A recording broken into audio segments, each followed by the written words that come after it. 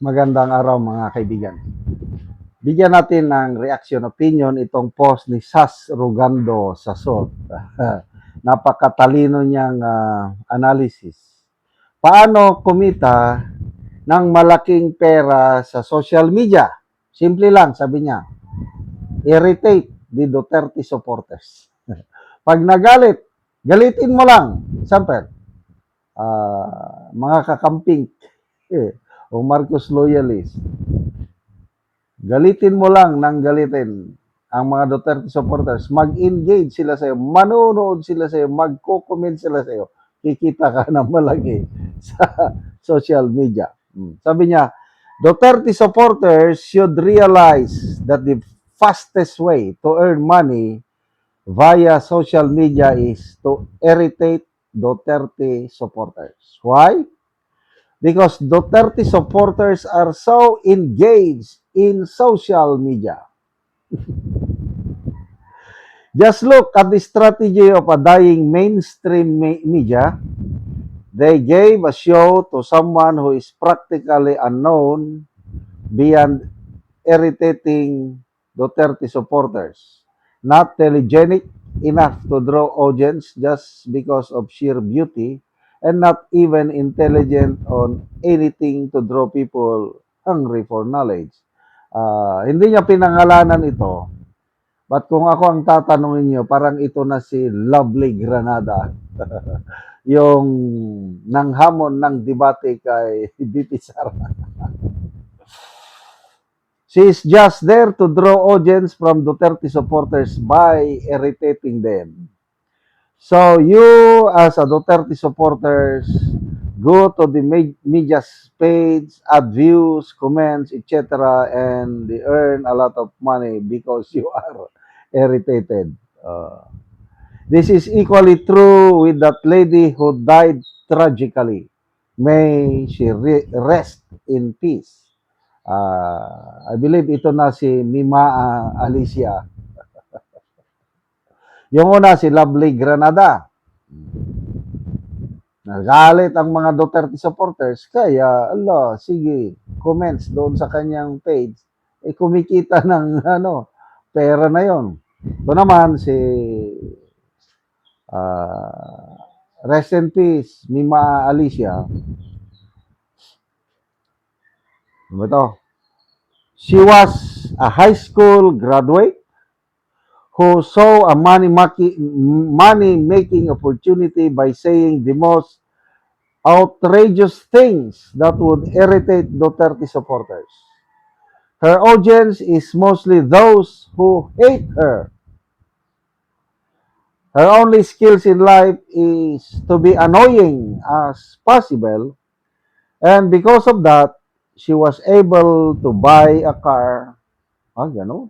Sabi buy a car, move out of a squatters area, travel every now and then abroad by making money out of your irritation.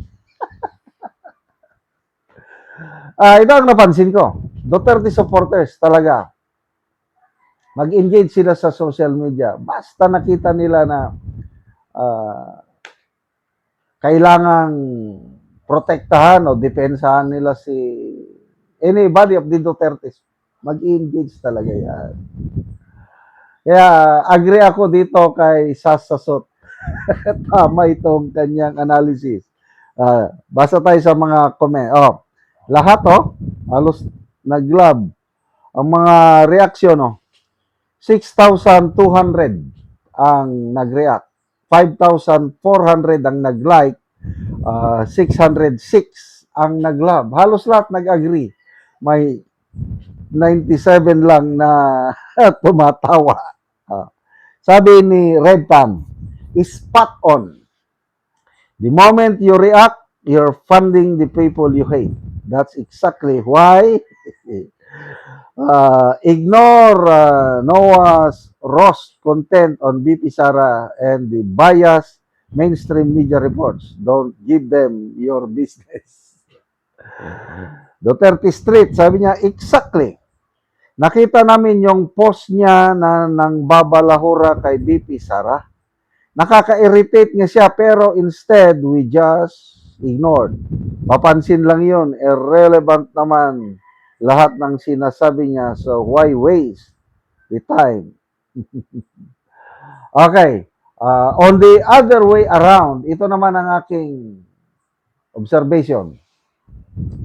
Mahalin mo ang mga Duterte, suportahan mo ang mga Duterte, mag-post ka ng maganda tungkol sa mga Duterte. That is also another way, easy way of making money in social media. Bakit? Talaga itong mga Duterte supporters, ano yan, panatiko yan. Pag nakita sila na may magandang bagay tungkol kay BP Sara, Tatay Digong, mag-engage, manood, mag-comment. At itong channel natin, I have committed na ang tatalakayin ko dito is anything that supports the Dutertes. Anything na ma-enhance ang image nila, lalo na si BP Sara. Yon ang aking i-content. Kaya, salamat sa Diyos dahil sa inyong pag-i-engage sa akin, kumikita rin tayo ng pera sa YouTube. May sweldo tayo. Hindi naman super laki. Kaya lang, yung ating sweldo, nakakatulong tayo sa mga nangangailangan. At salamat sa inyong pagsuporta kasi every end of the month, yung ating sweldo, binibili natin ng mga yero, pako, plain sheet, iba pang pangailangan para sa bahay. At namimigay tayo ng libre, binamimigay natin ng libre sa Talaandig tribe sa Bukidnon. Para makapagpatayo naman sila ng mas maayos nilang tirahan o tahanan. Panoorin nyo ang video na ito. Na anak ko dire sa balay ni Nanay Rosita Sabinoy nga taga Barangay Tikalaan, Purok 3, San Alahay, Talakag, Bukidnon. So muna ni ang itsura sa iyang atop nga dagko na gid kayo og buslot o gibutangan lang gani og planggana. So kini si Nanay usa ni siya ka balo. So makita gid nato nga dagko na ang buslot sa iyang atop. So amo na siyang natabangan og gero nga iyang ipuli sa iyang atop karon.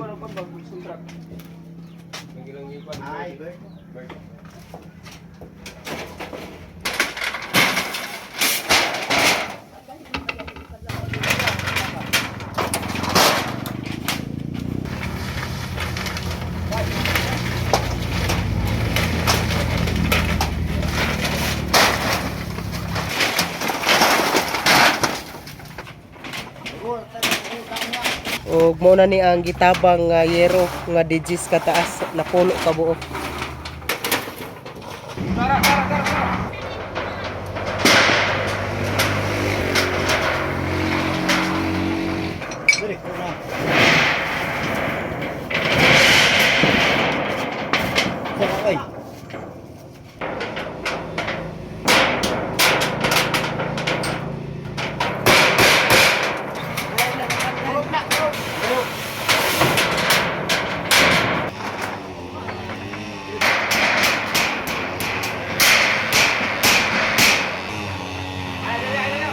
O karon man na gyud sa pag-atop ang ginatabang nga yero, so makita gid nato nga napulihan na gyud ang atop ni Nanay nga busluton na, so karon maayo na gyud.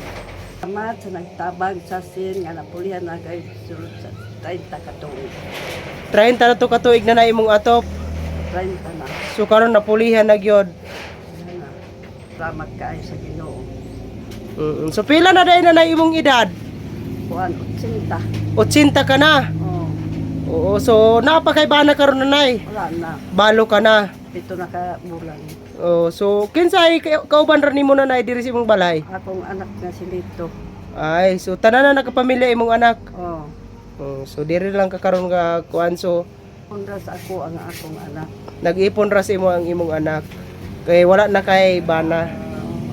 Unta nga magpadayon kini nga tabang kay dako na kini sa ako.